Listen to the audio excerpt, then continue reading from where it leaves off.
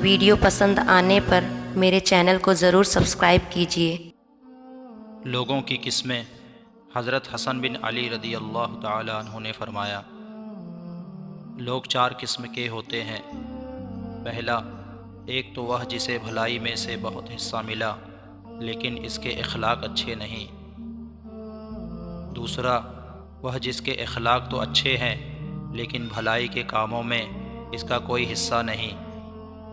تیسرا، وہ جس کے نہ اخلاق اچھے ہوں اور نہ بھلائی کے کاموں میں اس کا کوئی حصہ ہے، یہ تمام لوگوں میں سب سے برا ہے۔